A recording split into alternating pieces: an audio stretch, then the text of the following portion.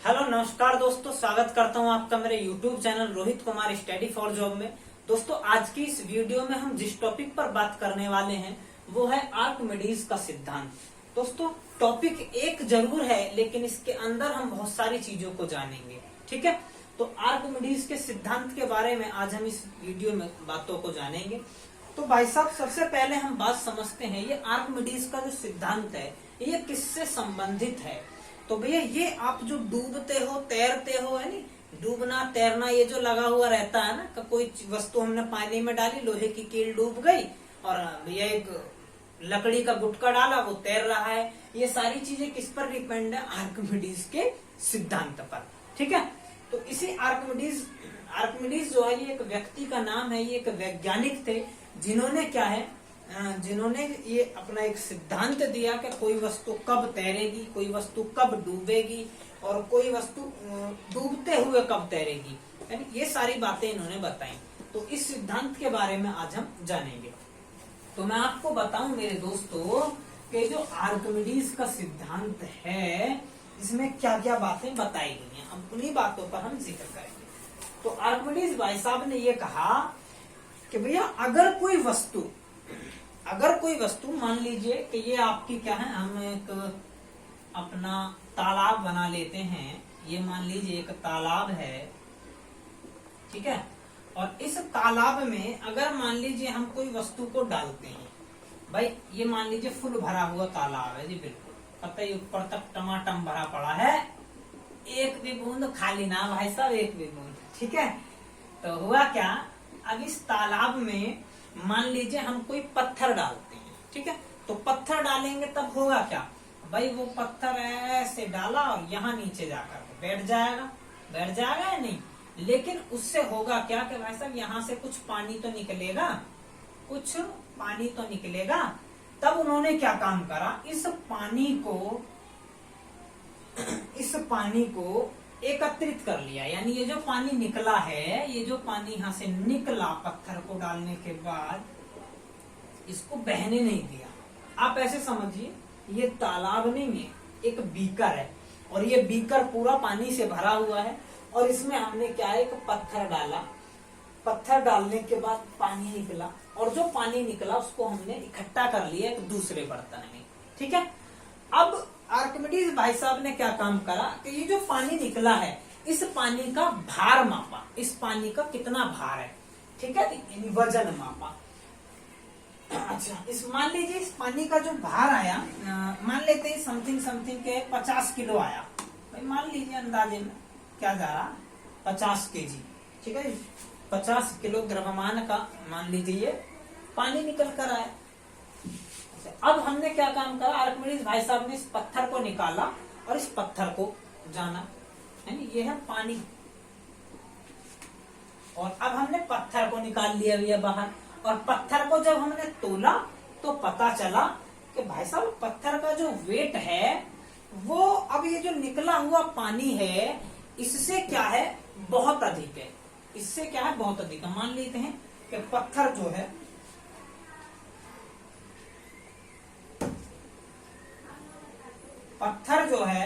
पत्थर मान लेते हैं 100 केजी का है।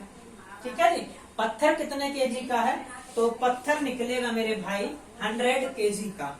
ठीक है जी, मान लीजिए 100 किलो का पत्थर है। तो इस स्थिति में हुआ क्या कि भाई साहब जो पानी निकला है, पानी जो बाहर निकला है पत्थर को डालने के बाद, उसका भार इस पत्थर के भार से क्या है, कम है। कहने का मतलब है इस पत्थर की वजह से ही तो पानी बाहर निकला है। अगर हम पत्थर न डालते तो पानी बाहर निकलता क्या, बिल्कुल नहीं निकलता। ठीक है, इसका मतलब ये हुआ कि भाई इस पत्थर की वजह से पानी निकला है, और पत्थर ने जितना पानी निकाला है वो अपने भार से कम निकाला है, यानी जितना उस पत्थर का भार है उससे कम पानी निकाला है। इसीलिए क्या हुआ, यह पत्थर इसमें डूब गया। मेरी बात को समझिए जरा, मैं क्या कहना चाह रहा हूं कि अगर कोई वस्तु अपने भार से, अपना जो उसका भार है, अपने भार से कम भार यानी कम पानी निकालती है। अगर भाई इसका भार था 100 केजी, लेकिन इसने पानी कितना निकाला, सिर्फ 50 केजी, तो इस स्थिति में वस्तु क्या होगी, डूब जाएगी। बात आई समझ में। अच्छा, वहीं अगर हम दूसरा केस लें, ये फर्स्ट केस हुआ आपका, है नी। अभी हम अगर सेकंड केस की बात करें, सेकंड केस में मान लीजिए हमने फिर से एक बीकर लिया। क्या लिया हमने? फिर से एक बीकर लिया, और इस बीकर को फिर से क्या करा? टनाटन भर दिया भाई साहब पानी से। कैसे भर दिया? टनाटन पानी से। और इसके साइड में लगा दिया दूसरा बड़ा बीकर, चेक करने के लिए कितना पानी निकलेगा। ठीक है, अभी हमने क्या करा कि अभी हमने इसमें मान लीजिए लकड़ी का गुटका डाल दिया, नहीं लकड़ी का इतना बड़ा सा गुटका था, और वो डाला ऐसे, ये देखिए भाई लकड़ी का गुटका डाल दिया, ये रहा। ठीक है नी। अब लकड़ी का गुटका क्या है? ये तैर रहा है भैया, है नी। लेकिन कुछ तो डूब रहा है, इसका भाग कुछ तो डूब रहा है। तो कुछ डूब रहा है तो उसकी वजह से कुछ पानी बाहर निकला। क्या निकला? कुछ पानी बाहर निकला। ठीक है जी। अब इसकी स्थिति हम जान लेते हैं। मान लीजिए ये जो बाहर पानी निकला है, ये मान लेते हैं हम के 20 किलो निकल गया भैया बाहर। कितना केजी निकला? 20 केजी बाहर निकल गया है। मान लेते हैं पानी 20 केजी पानी जो बाहर निकला है। ठीक है। अच्छा, अब हमने वहीं पर इस लकड़ी के गुटके को तोला, इस लकड़ी के गुटके को बाहर निकाल कर तोला, तो इस लकड़ी के गुटके का मान लेते हैं भार आया 15 केजी। ठीक है जी। इसका क्या भार आया? लकड़ी का, इस लकड़ी का भार निकल कर आया 15 किलो। तो आप समझिए लकड़ी के गुटके ने पानी अपने भार से भी ज्यादा हटा दिया, अपने भार से भी ज्यादा हटा दिया पानी। तो भाई साहब अपने भार से जब ज्यादा पानी हटा दिया तभी तो वो तैर रहा है, तभी तो वो तैर रहा है। तो यही बात बताई आर्किमिडीज भाई साहब ने कि अगर किसी वस्तु को डूबना है तो भाई साहब अपने भार से कम पानी हटा दे, वस्तु निश्चित तौर पर डूबेगी। ठीक है। अच्छा, अगर किसी वस्तु को तैरना है तो भाई साहब जितना उसका भार है उससे अधिक पानी हटा दे, वस्तु निश्चित तौर पर तैरेगी। बात आई समझ में भैया? यही बात आर्किमिडीज भाई साहब ने बताई। अच्छा, यहीं पर इतनी सी बात बताकर इन्होंने अपनी बात को समाप्त नहीं कर दिया, इन्होंने और भी कई बातें बताई। हम उन सभी बातों की बात करेंगे। ठीक है। और ये क्या बात बता रहे हैं? अब ये बात बता रहे हैं कि मान लीजिए कि हम जो है, हमने जो है क्या नाम है, जो 100 किलो का जो पत्थर था इसको पानी में डाला था। बात समझ पा रहे? अच्छा, अब अगर बाहर 100 किलो के पत्थर को उठाएंगे तो भाई अपने आप में मैं समझता हूँ बहुत ही मुश्किल बात है कि 100 किलो का पत्थर हम उठा कर ले जाएं। 100 किलो तो दूर की बात है भैया, 50 किलो पत्थर उठाना बहुत भारी पड़ जाएगा। अजेप्शन कर लेते हैं, मान लेते हैं कि हमने 100 किलो पत्थर को उठाया और बहुत ही मतलब मुश्किल तरीके से, लेकिन मान लीजिए हम 3-4 आदमियों ने मिलकर उसको उठा लिया। अब बाहर ले जाएंगे, बाहर अगर हमें 100 किलो वजन उठाना है पानी के बाहर, तो लगभग मान लीजिए हमने 4 आदमी बुलाए, 4 आदमी हम उसको उठा पा रहे हैं। अब यही पत्थर जब हमने पानी में फेंक दिया तो इसने भैया 50 किलो पानी हटा दिया था। अच्छा, अब अगर हम इस पत्थर को पानी से ऊपर उठाएंगे तो अब हमें इस पत्थर का जो भार है वो कितना महसूस होगा। देखो भाई, वास्तव में तो ये पत्थर 100 किलो का, ऐसा तो है नहीं कि पानी में डूबने के बाद या पानी में गिरने के बाद ये 50 किलो का ही रह जाएगा पत्थर, ऐसा तो है नहीं भैया। बाहर निकाल के दोबारा तोलेंगे तो 100 के 100 किलो का रहेगा। लेकिन पानी में डूबने के बाद इस पत्थर का आभासी भार का मतलब है अब जो हमें महसूस होगा पत्थर का पानी के अंदर भार, वो सिर्फ 50 किलो ही महसूस होगा। ये बड़े अचंभे की बात है भाई साहब, लेकिन ये सत्य बात है और बिल्कुल सही बात है। आपने ये चीज महसूस भी करी होगी। अगर मान लीजिए किसी भारी चीज को हम पानी में उठाएंगे या नीचे डालेंगे तो पानी में उसको उठाना नीचे डालना बहुत आसान है, लेकिन उसी को पानी से ऊपर उठाना बहुत मुश्किल है। ठीक है जी। यही बात हमें बताई किसने? आर्किमिडीज भाई साहब ने, कि अगर भाई साहब पानी के अंदर जितना उसने उस वस्तु ने पानी हटाया है ना, उसका आभासी भार उतना ही कम हो जाएगा। बात आप समझ पाए? अच्छा, दूसरे तरीके से मान लेते हैं अभी अगर हम यहाँ की बात करें, जैसे यहाँ पर क्या हुआ था कि 15 किलो की ये लकड़ी थी, है नहीं, लेकिन हुआ क्या? पंखा देख के 15 किलो की ये लकड़ी थी, लेकिन हुआ क्या मेरे भाई, हुआ ये कि भैया 15 किलो की लकड़ी और उसने जो है 20 किलो पानी हटा दिया। इसका मतलब तो ये हुआ, इसका जो आभासी भार है वो -5 हुआ, -5। और भाई साहब ये बिल्कुल सत्य बात है, पानी के अंदर लकड़ी का गुटका जो है बहुत ही मामूली सा लगेगा, कुछ भी नहीं लगेगा, पानी के अंदर वो जाएगा ही नहीं। हम उसको जबरदस्ती धकेल रहे होंगे पानी में, लेकिन वो पानी में नहीं धसेगा भैया। ठीक है, ये सभी बातें जो है आर्किमिडीज के सिद्धांत पर निर्भर करती हैं भैया। बात आपको मेरी इतनी सी समझ में आ रही होगी, मैं उम्मीद करता हूँ ये सारी बात आपको समझ आ रही होगी। अच्छा, अब हमें देखना है कि भाई साहब वस्तु कब तो पूरी तैरेगी, मतलब बिल्कुल ऊपर ही ऊपर तैरेगी, और कब वस्तु पानी में डूबते हुए तैरेगी। मान लीजिए कि पानी में इतनी डूब गई, लेकिन इससे नीचे नहीं जा रही, यहीं तैर रही है। कब वस्तु पूरी डूब जाएगी, जैसे डूबने का केस तो हमने यहाँ पढ़ लिया, अभी हमने पढ़ना है कब ऊपर ही ऊपर तैरेगी। एक स्थिति ये आई जैसे लकड़ी के गुटके के साथ में थी, एक स्थिति ऐसी आएगी जो डूबते हुए तैरेगी। तो इन स्थितियों को हमें समझना है। देखो, एक तीसरी स्थिति अभी जो मैंने बताई, जो डूबते हुए वस्तु तैरेगी, वो कब तैरेगी जरा उसको भी हम समझ लेते हैं। तो उसको हम यहाँ पर समझते हैं।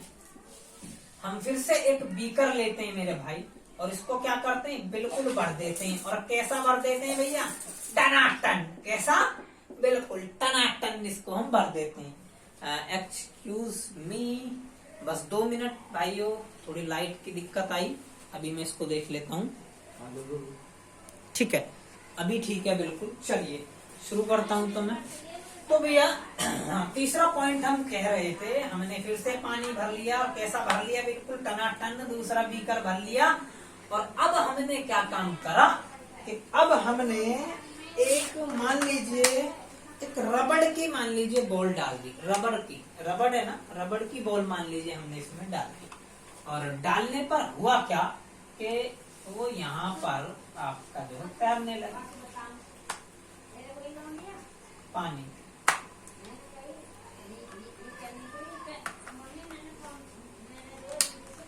ठीक है, अच्छा अभी ये जो है ऊपर ऊपर तैरेगी। अच्छा, जब ये डाली तो भैया कुछ पानी तो निकला होगा, ये तो निश्चित है।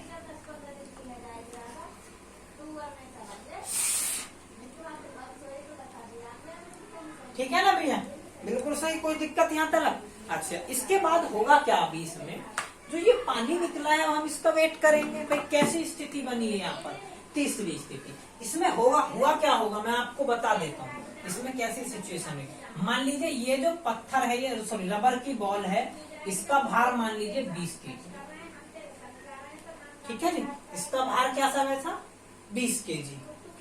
अच्छा, और उसके बाद में अभी हमने ये जो पानी निकला है बाहर, इस पानी की अगर मैं बात करूं तो इस पानी का भार लगभग कितना, अब अगर ये डूबते हुए तैर रही है तो इसने पानी जो हटाया होगा वो भी हटाया होगा 20 केजी। भाई बात आपको मेरी इतनी सी समझ में आई या नहीं आई।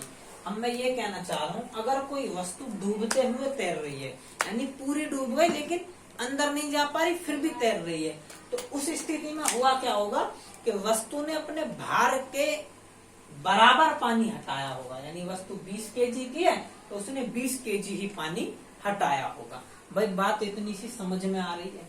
अब इस स्थिति में इस वस्तु का जो भार है वो जीरो दिखाई देगा, पानी के अंदर जीरो महसूस होगा। बात आप समझ पा रहे हो मेरी? ठीक है, तो मैं आपको ये 3 कंडीशन, ये 3 स्थिति समझाना चाह रहा था मेरे भाई कि आर्किमिडीज ने इन 3 सिद्धांतों को बताया। अब इन्हीं 3 सिद्धांतों पर कैसे कैसे सवाल बनते हैं, कैसे कैसे प्रश्न बनते हैं, उन सभी का मैं आपके साथ जिक्र कर लेता हूँ। क्वेश्चन आपसे पूछ लिया जाएगा कि भैया ये बात बताइए कि अगर कोई वस्तु पूर्णतः पानी में डूब रही है तो उस स्थिति में उस वस्तु का आभासी भार किसके बराबर होगा। ऑप्शन वो आपको दे देगा, वस्तु के वास्तविक भार के बराबर, वस्तु के जल के हटाए गए भार के बराबर, या और भी आपको घुमा फिरा कर कुछ भी वो कह सकता है। ठीक है। लेकिन आपको ये बात समझनी है मेरे दोस्त कि जो है ये जो 3 नियम है, इन्हीं 3 नियम से हमें ये बात समझ आ जाएगी, अगर वस्तु पूर्ण रूप से डूब रही है तो उस स्थिति में वस्तु का जो भार, आभासी भार होगा, वो हटाए गए द्रव को अगर उस वास्तविक द्रव में से हटा देंगे तब उसका सही आंसर होगा। तो मैं ये 3 बातें आपको, 3 क्वेश्चन आपको एक लाइन के फॉर्मेट में भी लिख देता हूं। मान लेते हैं वास्तविक भार, वास्तविक भार, मान लीजिए वास्तविक भार हम W से डिनोट कर देते हैं, वेट हम इसको कहेंगे, आभासी भार। आभासी भार की बात हम करें तो आभासी भार को हम क्या बनाएं भाई, वेट, वर्चुअल वेट, क्या करें, VW कर लेते हैं, वर्चुअल वेट, या इसको कुछ लोग ओमेगा भी बोल देते हैं, इसको आप @ से डिनोट हम कर लेते हैं, हमको तो बस बात ही समझनी है ना, है नी। ये आभासी भार है। अच्छा, अब जल, जल तो वही भैया पानी, पानी लिख देंगे, वास्तविक भार हो गया, आभासी भार हो गया, और जल की हटाई गई मात्रा भी इसमें आएगी।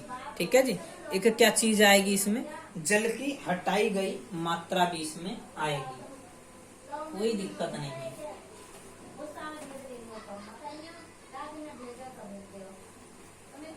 चलिए अब मैं देखो इनके 3 क्वेश्चन आपको समझाने का प्रयास करता हूं। अब देखिए, मान लीजिए क्या करें, आभासी भार बराबर, आभासी भार बराबर वास्तविक भार कब होगा, आभासी भार और वास्तविक भार बराबर कब होगा, तो अभी मैंने बताया था बराबर कब होगा, जब हटाया गया पानी, हटाया गया पानी किसके बराबर हो जाए, वास्तविक भार के बराबर हो जाए, हटाया गया पानी वास्तविक भार के बराबर हो जाए। तो आप समझ जाएंगे भैया, इसको मैं लिख देता हूँ, हटाया गया पानी वास्तविक भार के बराबर।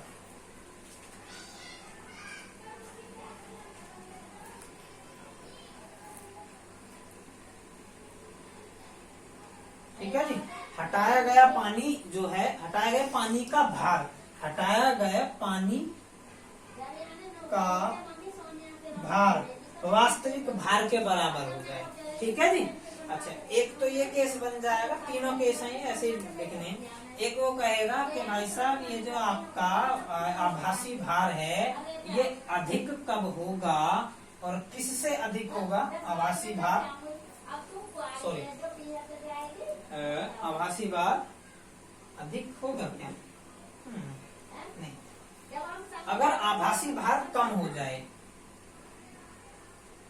आभासी भार कम हो जाए वास्तविक भार से। ठीक है जी।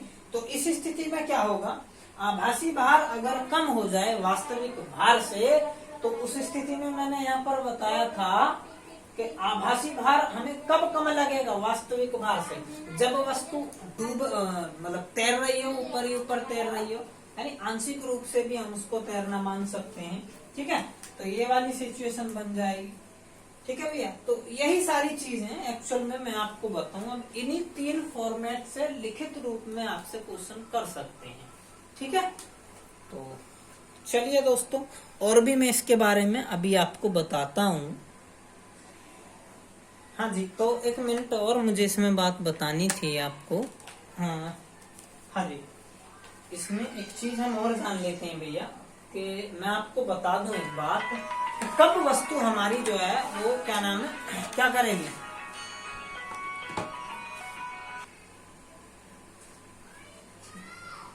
एक चीज इसमें आपको और समझनी है भैया, घनत्व है। घनत्व को जानना थोड़ा सा हमारे लिए काफी जरूरी है। तो एक शब्द है घनत्व, क्या है, घनत्व। ठीक है जी। और घनत्व इंग्लिश में इसको डेंसिटी डी से डिनोट कर देते हैं। कई बार इसको हम क्या है डी लिख दो या इसको हम रो से भी डिनोट कर देते हैं, ठीक है। और ये घनत्व जो बराबर होता है वो होता है द्रव्यमान यानी कि m वटे आयतन।